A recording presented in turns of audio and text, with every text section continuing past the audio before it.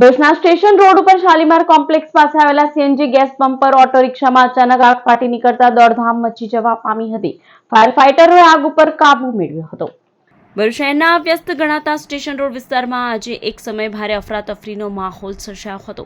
શહેરના શાલીમાર કોમ્પ્લેક્સ નજીક આવેલા સીએનજી ગેસ પંપ ઉપર ગેસ પુરાવતી એક ઓટો રિક્ષામાં અચાનક આગ ભભૂકી ઉઠતા આસપાસના વિસ્તારમાં દોડધામ મચી ગઈ હતી. ઓટો રિક્ષા સીએનજી ગેસ ભરાવવા માટે ગેસ પંપ ઉપર પહોંચી હતી.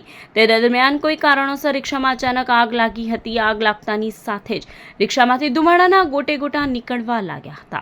ગેસ પંપ જેવા અત્યંત સંવેદનશીલ સ્થળે આગ લાગવાની ઘટનાના પગલે તાત્કાલિક ભરૂચ ફાયર વિભાગને જાણ કરવામાં આવી હતી. જાણ મળતા જ ફાયર વિભાગની ટીમ ઘટના સ્થળે દોડી આવી હતી અને ઝડપી કામગીરી હાથ ધરી આગને વધુ ફેલાતી અટકાવી હતી. ફાયર કર્મચારીઓની સતર્કતા અને સમયસરની કામગીરીના કારણે આગ ઉપર કાબુ મેળવી લેવામાં સફળતા મળી હતી, જેના કારણે મોટી જાનહાનિ કે ગંભીર દુર્ઘટના ટળી હતી. સદનસીબે આ બનાવમાં કોઈ જાનહાનિ થઈ નહોતી.